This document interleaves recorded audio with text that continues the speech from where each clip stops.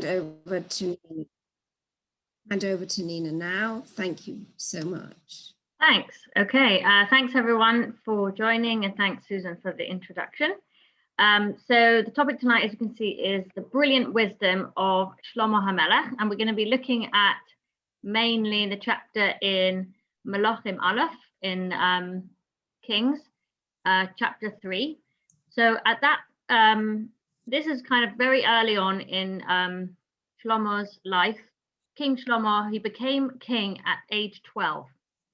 And at that point, Hashem asked him what he wanted. And out of everything that he could have asked for, he asked for wisdom so that he would be able to judge the people fairly and apply justice. So we can see here, this is in Perek Gimel, and we're going to just look through some of these Pesukim here. In Pasuk Yud Aleph, Hashem said to him, because you have asked for this thing, and you've not asked for yourself a long life, neither have you asked for riches for yourself, nor have you asked the life of your enemies, but rather you've asked for yourself understanding to discern judgment. Pasuk Yud Beis, behold, I've done according to your word. Behold, I have given you a wise and understanding heart, so that there was none like you before you, nor after you shall any arise like you. So Hashem granted King Shlomo a wisdom that had never been seen before, and which would never be seen again.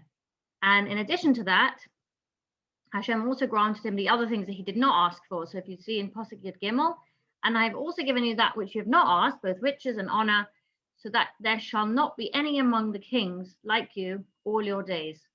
And then Hashem promised him in Pasuk Yud Daled, and if you walk in my ways to keep my statutes and my commandments, as your father David did walk, then I will lengthen your days.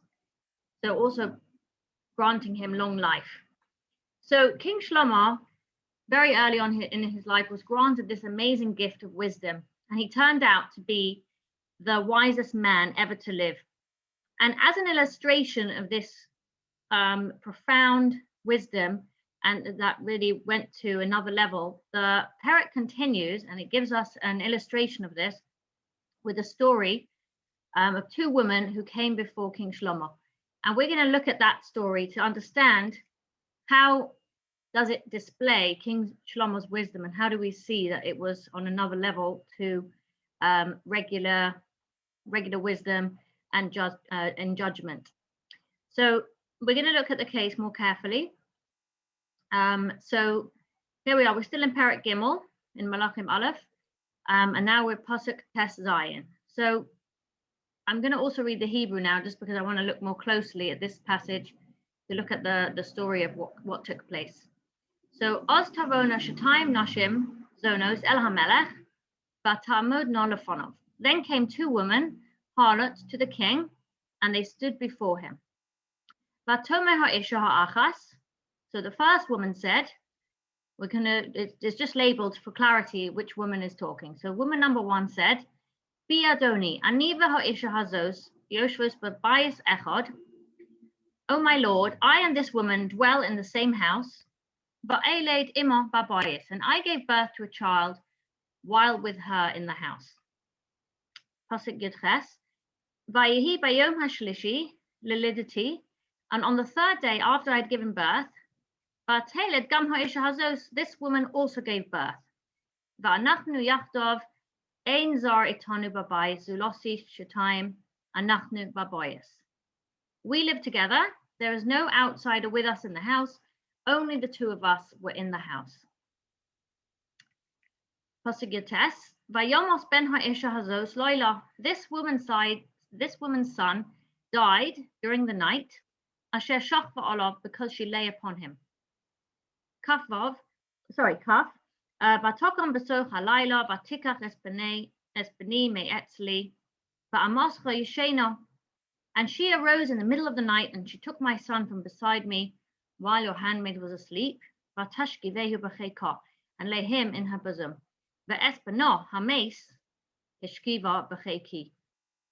And she laid her dead son in my bosom. Pasuk Kaf Aleph, and when I rose in the morning to nurse my son, behold, he was dead. Va'asponen elov baboker. But when I observed him closely later on in the morning, v'hine, I realized, lo hayobani asher yolodati, it was not my son to whom I had given birth. Okay, so here we have an outline of this woman who's come before the court of King Shlomo. She's laid out the story with all the details. Okay, now Posuk Kaf Beis. Vatome ha'isha ha'acheres. So now the other woman, who we're going to call woman number 2, replied, Lo, it is not so. Ki b'ni hachai u'b'nei hames. It is not so. My son is the living one, and your son is the dead one. V'zos homeres, and this one, number 1, responded, Lo, ki b'nei hames u'b'nei hachai. It is not so. Your son is the dead one, and my son is the living one. And so they argued before the king. Okay, so we have here the case as the 2 women came and they presented themselves. Now we're going to see that King Shlomo is going to respond. So Posuk Kaf Gimel, Vayomeh Hamelech, and the king said, Zos homeres ze b'ni hachai u'b'nei chames. This woman. So he's now repeating the argument. So he repeats number 2's argument first. This woman says, my son is the live one and your son is the dead one. The Zosomeres, and the other woman, the first one says, Lo ki b'nei chames u'b'nei hachoi. No, your son is the dead one and my son is the living one. So he repeated the 2 claims, one after the other. And now he pronounces his decision. Posuk Kaf Dalet. Vayomeh Hamelech, the king said, Kachu li chorev, fetch me a sword. Vayaviu hacherev lifnei Hamelech, and they brought a sword before the king.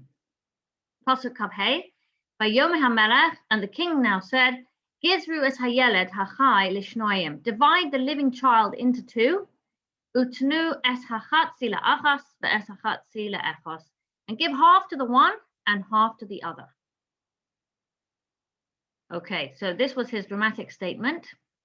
And now we're going to see the response. Posuk Kaf Vav, Vatome ha'isha asher b'no hachai, and the woman whose son was the live one, which is the second one, but we're going to see why.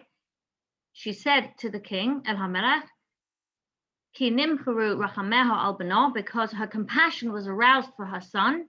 Vatomer, and she said, Bi Adoni, please, my lord, tenu lo es hayolad hachai. Give her the living child, v'hames altmi suhu, and do not kill him. V'zosomeres, but the other woman, she said, Gam li gam loch lo yeyeh, neither mine nor yours shall he be. Gizru, cut. Okay, so the events are unfolding in a rather dramatic way. The king pronounces the statement. One woman begs that the life of the child should be spared. Meanwhile, the other one is determined that actually they should split the child and he should be cut. So now we have the king's statement.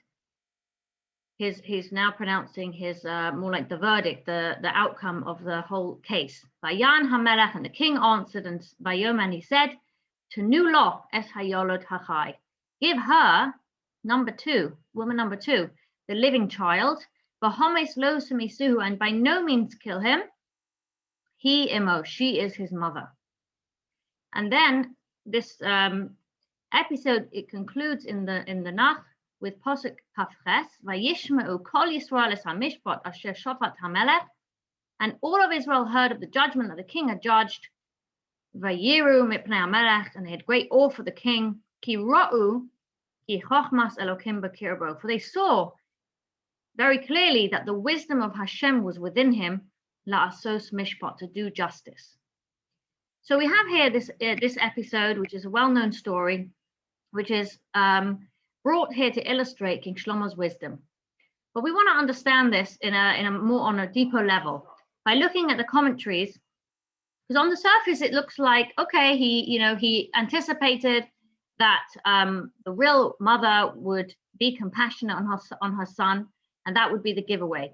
But there are lots of questions we could ask on this, and we're going to look at the Mefarshim to understand what was really going on here, and how does this story display King Shlomo's wisdom on a very, very deep level. So firstly, it's just interesting to note that this case is really the first major recorded and published decision in history, in the history of legal jurisprudence. And we can really look at it closely to see how wise King Shlomo's decision was. So some of the commentaries say that all the way from the start, King Shlomo already knew who was the real mother, even as soon as he saw them, because he had a special wisdom that was divine. It wasn't a regular wisdom like other people. And in the same way that he was able to understand the language of the animals, the speech of animals and birds, so too he could actually see the truth even in somebody's face. And therefore, as soon as he saw the woman, he knew which one of them was really telling the truth, which one was the real mother. And according to the Abarbanel and Metzudas David, King Shlomo, he studied the countenance of the two women as they presented their claims and the counterclaims, and through this heavenly wisdom that he had, he understood immediately which one was telling the truth. But still, he needed to provide evidence, and he needed to make this clear to all the people, to the people in the court. He needed to prove it, and he needed to demonstrate which one was the right mother. And we can suggest that maybe this is even why at the beginning he sort of pretended, he didn't give away that he knew which one was the right mother. He didn't give away anything that he'd already seen which one was true. For example, if we go back to Pasuk Kaf Gimel, in Pasuk Kaf Gimel, when the king repeated the arguments, he said the second woman's argument first, and then the first one. So it's almost like he almost was pretending even not to know who had said what, as if he couldn't yet differentiate between the two, and he said them in reverse order. And he even seems to pretend to apply the law of dividing disputed property. The way that it normally works is that if two people, for example, come to a Jewish court, they're each holding a piece of a garment, and they're both holding onto the end of the garment and claiming that the garment belongs to them. Then the court divides it and it gives each one of them half. And it seems that King Shlomo, this 12-year-old boy, he was pretending to be ignorant of the many complicated details of this law, and almost like presenting as if it could be applied to a baby, to a child, which would have been ridiculously simple-minded. And it could, we could say that no judge would ever make such a mistake to suggest dividing a child in the same way that disputed property would otherwise be divided. And yet he succeeded in convincing the two women that he was going to do this. As you can see in Pasuk Kaf Vov, the woman took him very seriously, and one of them immediately resisted the idea and said that therefore the living child should go to the other, while the first woman agreed to it and said that the child should be cut. Now we can see that, of course, the King Shlomo was very careful not to let this trick go too far. In Pasuk Kaf Daled, we can see he commanded that the sword be brought to him. It says, Kechu li chorev, fetch me a sword. And they brought a sword before the king. He wasn't taking any risks that the sword would be brought and something would, and already the decision would go ahead, because he was actually doing this just as a trick. And in fact, the Mefarshim say that when the nation or the court heard King Shlomo's decision at this point, which is when he was saying, divide the living child in two, what it says in Pasuk Kaf Hey, divide the living child in two and give half to the one and half to the other. Everybody in the court was fooled. They really genuinely believed that this was what the king was about to do. And the ministers, the Mefarshim say that the king's ministers said, woe to you, O land, whose king is but a boy. They thought, what's happened to us? Our country, our court is being ruled by a young boy. He doesn't understand anything. He doesn't know the law. What has God done to us? How long will we have to suffer with such foolish judgments? But of course, afterwards, as we saw at the end, when they heard the judgment and they realized the depth of King Shlomo's wisdom, then they were all in awe of the king, and they praised him with the verse in Koheles, which says, "Happy are you, O land, whose king is a free man." And they felt that he was truly, because he studied Torah, he was truly free, and they rejoiced in the wisdom that he'd been given. Okay, so we see that it's very clear that King Shlomo's trick succeeded, right? The imposter revealed herself, and it was clear to everyone who the rightful mother was. But we can definitely ask some questions on this story and on this passage. Firstly, how could King Shlomo have been sure that the other woman, meaning the woman who was not the rightful mother, the one who was lying, how could he be sure that she also wouldn't have compassion on the child? Right? Wouldn't most people break down at that point if, the court is deciding that the child is going to be cut into two? And, any normal person, we would imagine, would immediately back down and say, okay, no, I don't want the child to be killed. So how could he know that this woman who was lying would also be willing to have the child murdered?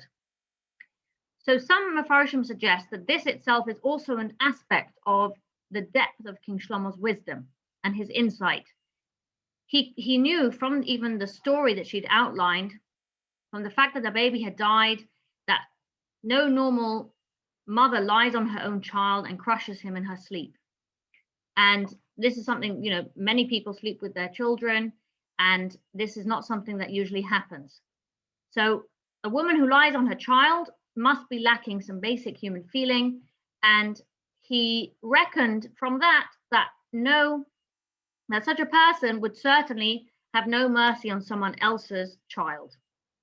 According to the Abarbanel, he actually says that maybe this woman, once she had killed her own child by accident, she maybe even developed a bloodlust, and she wanted to see another life snuffed out. So there are suggestions for that answer, but then we can for that question. But we can also ask further questions. For example, what about the compassionate one, the one who was going to act compassionate and say, no, the baby should not be killed? Isn't it possible that that woman could be pretending? Perhaps she would be cunningly trying to impress the king with her a full sense of motherly compassion. How could King Shlomo be so sure of how this would pan out, that the one would be cruel, that the other one would show compassion, and that this was definitely the right way around, reflecting who was lying and who was the real mother? So we're going to now take a deeper look at the arguments and the two women's claims, so that we can start seeing more details in their arguments that are relevant. And we're going to try and unravel some of the details that King Shlomo not only picked up on, but a deeper understanding of the whole story. So when we actually look at the arguments, just taking another look now at woman number one's claim, regardless of the outcome at the moment, just when we look at her argument, it really does seem that she made a very convincing and persuasive argument. She said very clearly that there were no other witnesses. As you can see, it's highlighted here. We live together. There is no outsider with us in the house. Only the two of us were in the house. So she's highlighting the fact that there were no other witnesses because they lived alone. Okay.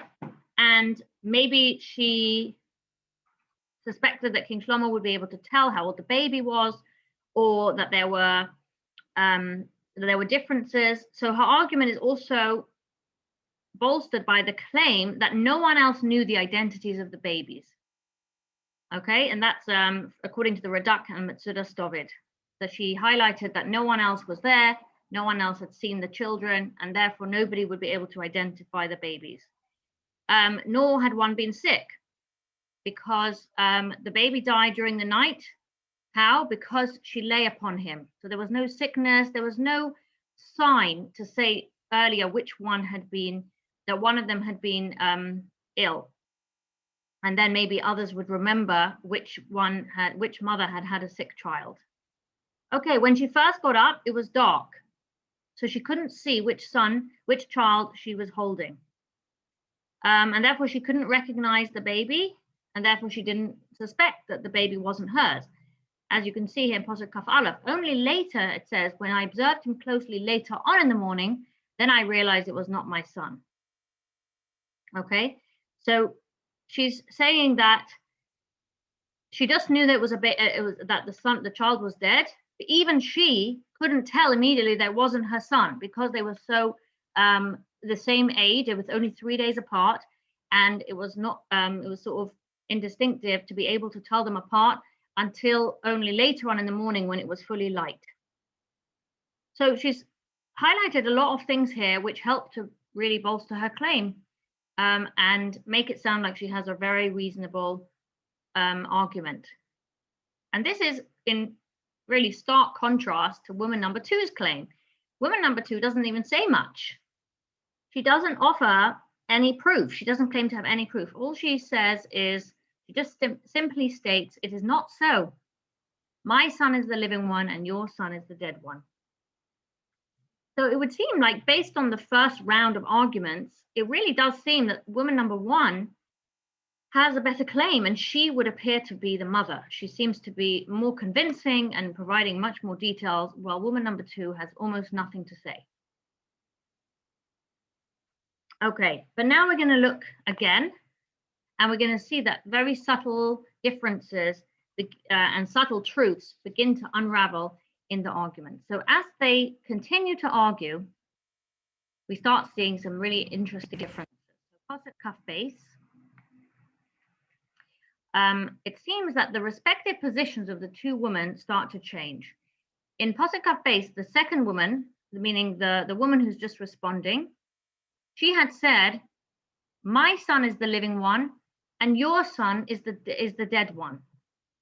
But now when we look at woman number one's response, there seems to be something a little bit disturbing about the way that woman number one is continuing to argue her case. She suddenly seems less concerned with having a live child, and the focus shifts more on the fact that the other son is the dead one. As you can see, she's emphasized that she's placed it first in the sentence, saying, mentioning the dead son first, saying your son is the dead one and my son is the living one.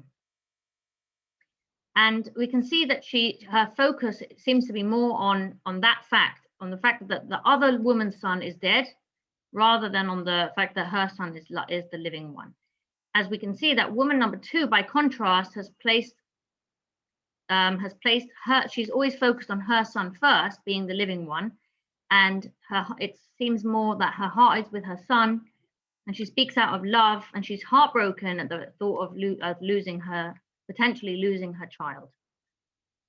Okay, and then we have in Pasuk Kaf Gimel, the Devarim Rabbah highlights that King Solomon then repeated the arguments of both women verbatim without adding anything.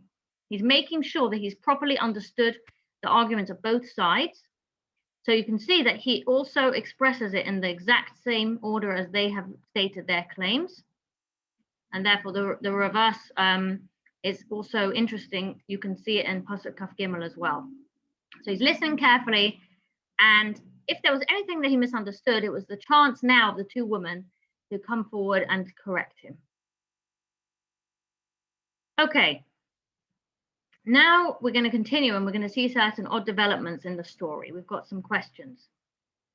So we say that King Shlomo, he had this wisdom, which was surely going to give him insight that the real mother is obviously going to recoil in terror at the idea of her son being slain.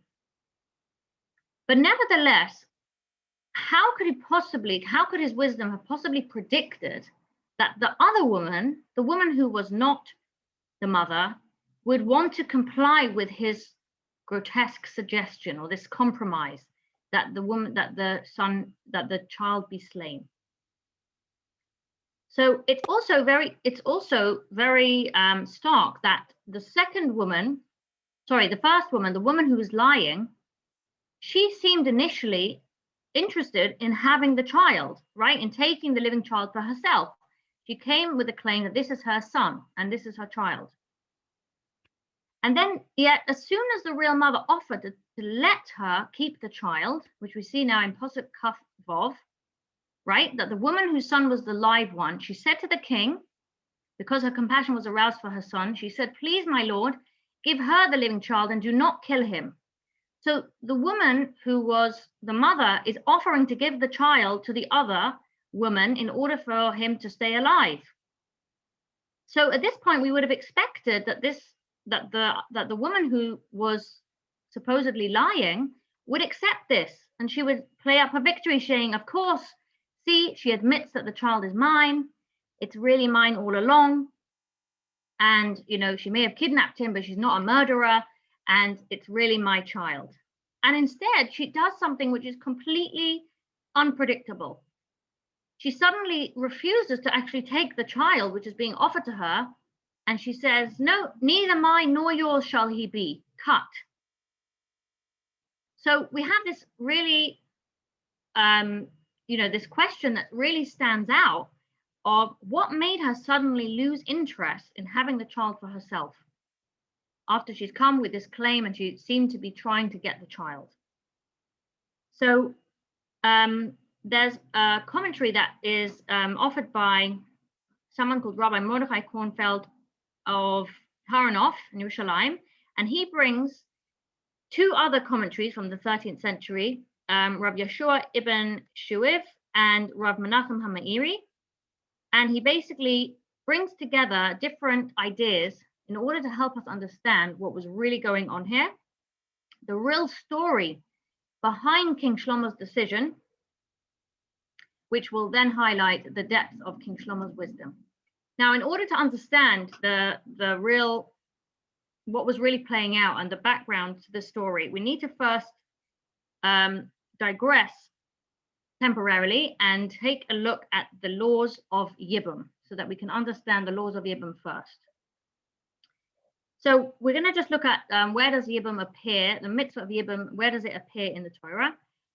So this comes from Parshas Ki Tzeitzei, which is in the book of Devarim. And the Torah there describes the practice of Yibum. So I'm going to read this also with the Hebrew, just so we can understand exactly what the mitzvah is about. Pasuk Hey, Ki yeshu achim yachdav v'meis achad mehem. If brothers reside together and one of them dies, ubein ein lo, and he does not have a son. Lo seyeh eshes hameis hachutza leish zar. The dead man's wife shall not marry an outsider. Yavama yavo leha lekocha lo leisha v'yibma. Rather, her husband's brother shall marry her, making her a wife for himself, thus performing the obligation of a husband's brother with her. So essentially, if somebody died childless and he had a living brother, his wife was should marry the surviving brother. Pasuk Vav, v'haya habachar asher teled yakum al shem achiv hameis. So what's the idea of this? And it will be that the eldest brother who performs the levirut marriage, if she can bear, will succeed in the name of his deceased brother. V'lo yimacheh shemo meYisrael, so that his deceased brother's name shall not be obliterated from Israel. So the reason for this is basically to provide a continuation for the brother who died childless, and by his younger brother or his surviving brother marrying the widow, hopefully they would have a child, and through that the deceased brother's name would not be obliterated from Israel. Now, there was a way out of this marriage. So Pasuk Zayin, ve'im lo yachpot ha'ish lokachas es yivimto. If the man does not wish to take his brother's wife, but also yivimto hasora el hazakenim, ve'omra me'ein yavami lahakim la'achiv shem b'Yisrael lo ava yabmi. Then the brother's wife shall go up to the gate to the elders and say, my husband's brother has refused to perpetuate his brother's name in Israel. He does not wish to perform the obligation of a husband's brother with me. And then the elders of his city shall call him and speak to him. And and he shall stand up and say, I do not wish to take her. So basically, if the husband's surviving brother did not wish to marry the widow, then he had to come and state this to the elders at the entrance of the city. And then there was a special performance. They performed a special rite that was called chalitza, which is now outlined here in Pasuk Tes and Yud. So they would perform a little sort of a ceremony. Pasuk Tes v'nikshah yavim to elov le'enei hazakenim v'chol tonalo me'el raglo v'yarko b'fanov. Then his brother's wife shall approach him before the eyes of the elders and remove his shoe from his foot. And she shall spit before his face and answer him and say, thus shall be done to the man who will not build up his brother's household. And finally, Pasuk Yud, v'nikra shemo b'Yisrael beis chalutz hano'al. And that family shall be called in Israel the family of the one whose shoe was removed. Okay, so here we have an outline of Yibum. And Yibum is essentially a halachic rite which must be performed when a man who has a living brother dies childless. So if this uncommon situation occurs, the widow may not remarry unless one of two actions are taken. Either she has to marry the brother of the deceased, or she can be released, and she must be released from the obligation of marrying him, of marrying her brother-in-law, by having him perform this chalitza ceremony, which is essentially the removal of the shoe. Now, of course, it's very uncomfortable for a woman to be trapped in this situation where she's essentially subject to the will of another man. And there's many reasons why this might be very unappealing. Maybe the man himself is unappealing, maybe he's not locatable, maybe he's not compliant, but she's essentially trapped unless they perform, or either they marry or they perform this chalitza ceremony. Now, there are a few fundamental laws concerning this, which are also very relevant, and we're going to just look at a few of the laws that relate to the childless nature of the deceased and also the age of the brother, which would then control whether Yibum applies. So bear with me, we're going to look at some of these laws, and this will help us to understand once we go back to the story of the two women who came before King Shlomo. Okay, so here we go, some of the laws of Yibum.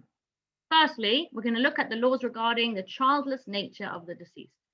So rule number 1, the man must die childless. This would include instances where the man may have once had children, but they were already dead at the time of his own death. Okay, so their death has preceded his, and therefore at the time of his death, he is now dying childless. Rule number 2 is regarding grandchildren. If, however, the deceased man if he has no living children, but he does have living grandchildren, then he is not considered to be childless, and there is then no Yibum obligation. So essentially, because he has a continuation, even though he doesn't have children, he has grandchildren, so Yibum would not apply. Rule number 3, offspring. If the deceased left behind any offspring at all, then there is no Yibum, even if that offspring is only 1 day old. Okay, so even a tiny baby would be considered offspring. Now, what about the wife is pregnant? So if the wife is pregnant at the time of her husband's death, the fetus would also exempt the mother from being bound to the living brother. However, if the fetus is stillborn or aborted, or if it dies or is killed before it lived for 30 days, then it is not considered to ever have been viable offspring, and Yibum would be required. So a child needs to live till 30 days to be considered viable offspring, in which case Yibum would then not apply. Okay, so those are 3 rules that are going to be very relevant, and this is regarding the childless nature of the deceased. And now we're going to look at other laws, this time regarding the age of the deceased person's brother. So rule number 4, the brother-in-law. The widow is obligated, as we mentioned, as we saw in the Torah, the widow is obligated to marry her deceased husband's brother. Now, if the deceased husband doesn't have a living brother, then his wife is free to marry whoever she pleases. Okay, so this is only in cases where there is actually a brother-in-law. Rule number 5. What if the brother is a minor, the brother-in-law of the widow? So if the brother of the deceased is a minor, the widow is still bound to him. And unfortunately, she does not have the option of freeing herself through the ceremony of chalitza, because a minor lacks the capacity to perform the ceremony because he is underage. So what does she have to do? She has to wait until her brother-in-law reaches the age of bar mitzvah, and only then she can do chalitza at that time, once he is 13. And only then may she remarry. So essentially, she would be now bound to wait until her brother-in-law reaches the age, and then she can do chalitza at that time. Finally, after that, she would be allowed to remarry. Okay, so those are some of the laws of Yibum. And now we're going to return to King Shlomo's judgment. Oh, sorry, I missed that one. If she does want to remarry, if she does want to marry him, the child who is a minor, then she has to wait until he reaches 9 years of age. So it's either she's going to wait until he's 9 and she would marry him, but if she does not want to marry him, she has to wait until he reaches 13. Okay, so now to return to the story of King Shlomo's judgment. The Medrash actually tells us that the reason that both of these women were so desperate to have the living child declared theirs is actually that they were both potential Yevamos. Yevamos means that they were widows who would be subject to the laws of Yibum. Neither of the two had any other offspring. They only had this baby. Each of them had this baby, and that was their offspring. So whoever would be judged to be the childless woman, meaning that the one who was judged to have lost her baby, would not only lose the infant, but would also be trapped in this unpleasant status of a Yavama and be now dependent on her brother-in-law's goodwill. So the Medrash in another place also tells us that the husbands of these two women were actually a father and a son. So that makes the two women mother-in-law and daughter-in-law to each other. So let's take a look. We're going to look at the family tree here to understand the relationship. So you have here a father and a son, and each of them are deceased. Okay, so now the two women, you have here a mother-in-law and a daughter-in-law. These are the two women in the story. Now they had lost their husbands, and they therefore needed a living child to exempt them from the status of a Yavama, because each of their husbands had a living brother. So let's just see here. Okay, so for example, I've just obviously named these people randomly. So we have here the deceased Reuven. He has a living brother, Levi. Okay, and that's the father. And then the son, Shimon, is also deceased. But now we see that one of the babies is actually the brother of the deceased. Okay, so let's just explain what's happening here. The two women had just lost their husbands, and they each needed a living child to exempt them from the status of a Yavama. Both women gave birth to babies, but the babies were still less than 30 days old when the husbands died, and now one of the babies also died. So that would mean the baby died before reaching age 30. Then this means that that child is considered not viable and considered never to have been a viable offspring. So the mother of the dead child would then be subject to the laws of Yibum, as we said earlier in rule number 3. So this is the lying mothers, whichever mother was lying, that's the motivation for taking the other woman's child, because neither woman wanted to be subject to the laws of Yibum.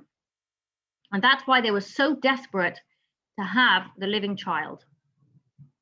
Now, let's just look for a second at the different scenarios. If it was the mother-in-law's baby who had died, so woman number 2, if it was her child who had died, it doesn't actually make sense for her to kidnap her daughter-in-law's child. She doesn't have any incentive to take the baby of her daughter-in-law. Why not? Because even though her son, who is the deceased husband of her daughter-in-law, that's Shimon, okay, even though her son Shimon has passed away, had already passed away before her own husband had, so Shimon passed away before Reuven, okay, and therefore that would not exempt her from Yibum, right? Because if Shimon passed away before Reuven, that means that when her husband died, he did not have a living child.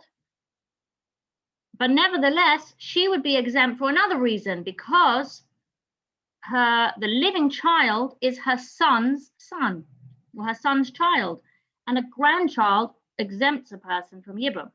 So we can see here that if you look at the family tree closely, the mother-in-law, if her baby had died, it wouldn't make sense for her to be taking the other baby, because the other baby anyway exempts her from Yibum. So we can see that only the daughter-in-law, who is woman number 1, she has the motive to lie and try and claim that the child is hers, because if it's her baby who's died after 3 days, right, within 30 days of its birth, leaving her childless, she is now subject to the laws of Yibum. She is bound to her husband's brother as a Yavama.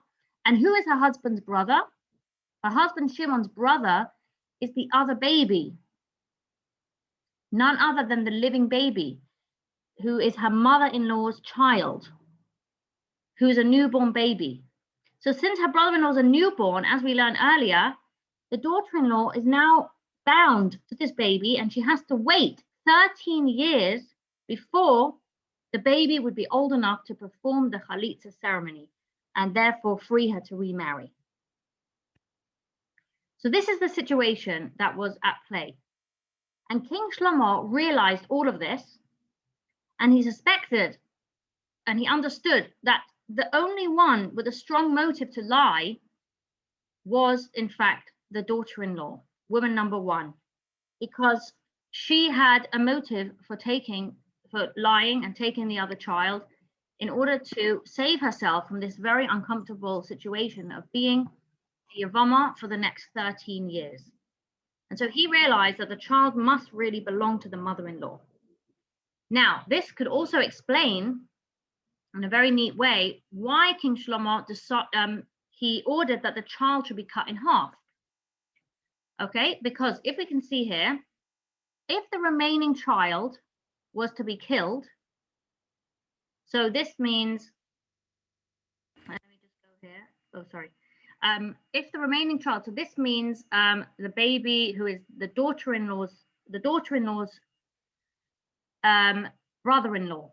Okay, so just to be clear here, we're now talking about the living baby, who is Reuven and the mother-in-law's child. If that baby would be killed, then that would also release the daughter-in-law from being bound to that child. And actually, because that was her only brother-in-law, so her husband's died, but if the brother is killed, then she is also free to remarry, and she's no longer bound to this baby to wait for 13 years.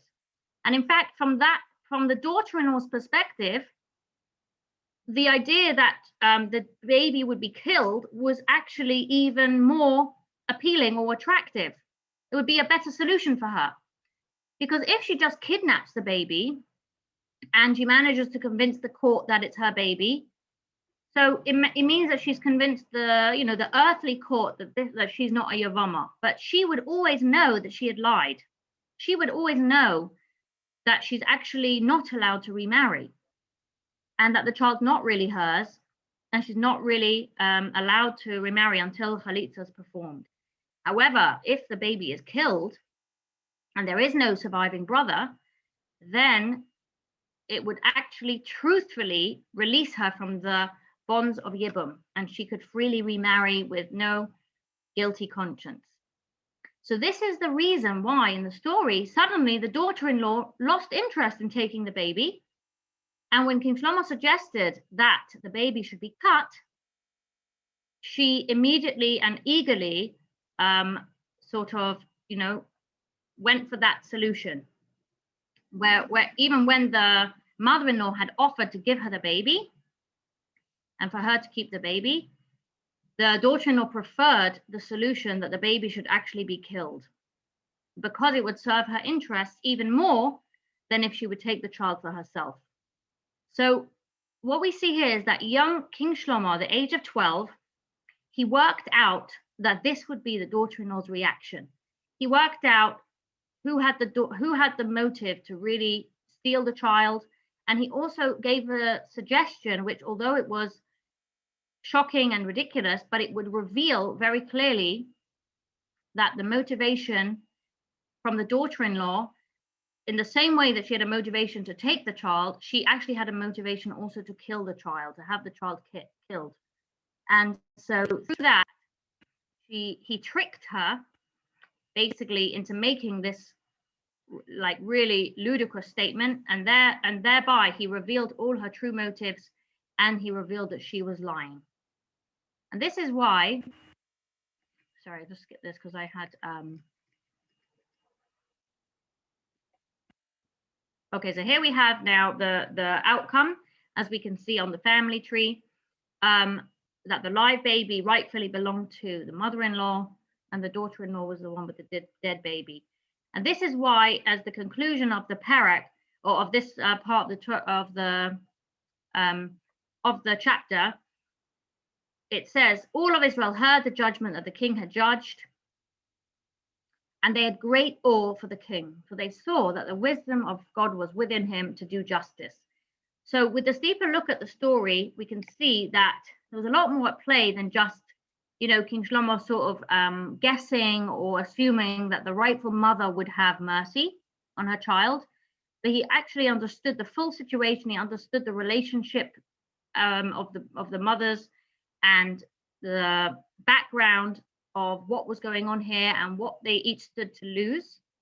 And through this, he was able to judge and give this suggestion, which would then reveal to the whole court which one was the true mother and which one was lying.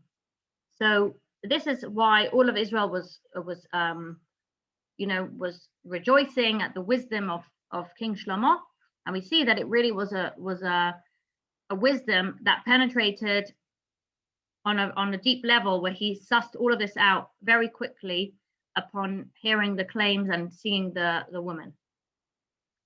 So that is the conclusion of this chapter, of this story, which highlights King Shlomo's wisdom. I think we just have a few minutes. I thought I wanted to bring this to connect to this week's parsha, because I saw a nice idea which actually just is really relevant to this. So this week's parsha, which is Parshas Chukas, it talks about the Para Aduma, which is the laws basically of the red cow. This is the parsha is called Chukas because this is the sort of almost the stereotype example of a chok, which are the statutes that we have no reason or no ability to truly understand the reasons behind those mitzvahs, that category of mitzvahs which are called chukim. And in the Medrash tells us that the chukim are not laws that don't have reasons. It's just that their logic is completely divine. So it's beyond our grasp and our understanding to be able to understand the laws of the reasons behind these mitzvahs. And the Medrash actually brings, to highlight this fact, the Medrash brings that King Shlomo said, King Shlomo, he researched the reasons behind all the mitzvahs, and he found explanations for all the others. But he himself professed that this mitzvah, the mitzvah of para aduma, was incomprehensible. And now, especially with having seen this example of King Shlomo's wisdom, which penetrated to such a deep level, we can really appreciate his words fully, because we saw that his wisdom was beyond what would ever be would be expected or would be regular for a human being. And on top of that, King Shlomo had the wisdom, as we mentioned right at the beginning. He was able to understand the language of the animals and the birds. He was actually competent in all the sciences. For example, his knowledge of animals was greater than that of Adam, who had actually named all the species according to their essential characteristics. But King Shlomo understood the animals even better than Adam. His understanding of astronomy, it surpassed that of Abraham, who was a master of that science, who had studied the stars and eventually came to the understanding of God through that. And his expertise in statesmanship exceeded that of Yosef, who was a very skilled legislator. And he was also a better linguist than Yosef, who spoke 70 languages. So King Shlomo, as we saw that Hashem had promised him at the beginning, King Shlomo outshone the kings and nations of his time and of all times in all branches of science, of wisdom, of astrology, in languages, etc. And yet, King Shlomo, the wisest of all men, he declared about the mitzvah of para aduma that he had studied it and he toiled to understand it, and he is far beyond. He said, I studied it and I toiled to understand it, but it is far beyond my grasp. So I just thought this was a nice way to end, because it connects to this week's parsha, that it can give us an appreciation then. If all of this was the level of King Shlomo's wisdom, and yet he said, I studied it and I toiled to understand it, but it is far beyond my grasp, then how profound is the mitzvah of para aduma if Shlomo himself couldn't grasp it and couldn't understand it? And he said in Koheles, I thought I would get wisdom, but it is far from me.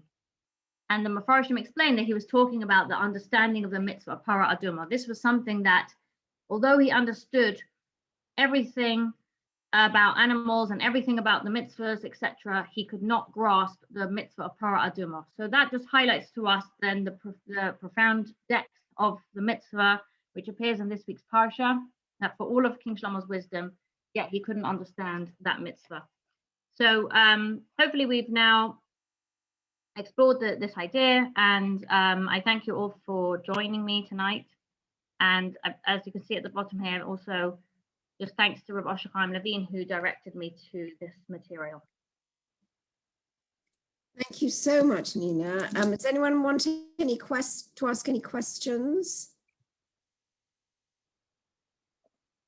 Okay, so Nina, I'd like to thank you so much. Really brilliant, thoughtful, fascinating analysis of Shlomo Hamelech's wisdom and Yibam, and sharing intriguing insights with us and linking with this week's parsha as well. Phenomenal. Next week, share will be given by Rabbi Zobin. I don't have a title yet. We will publicize the title when we have one. If anyone wants to make a dedication for any week, please let me know or Naomi Landy know. And thank you so much, Nina, once again. You can see the thanks on the chat. Oh yeah, thank you. Thanks everyone. Really and thanks for joining. And thanks for the opportunity. It was really nice to come on here. Thank you. Thank you very much. Thank you. You're welcome. All right, wish everyone good night. All right then. Good night.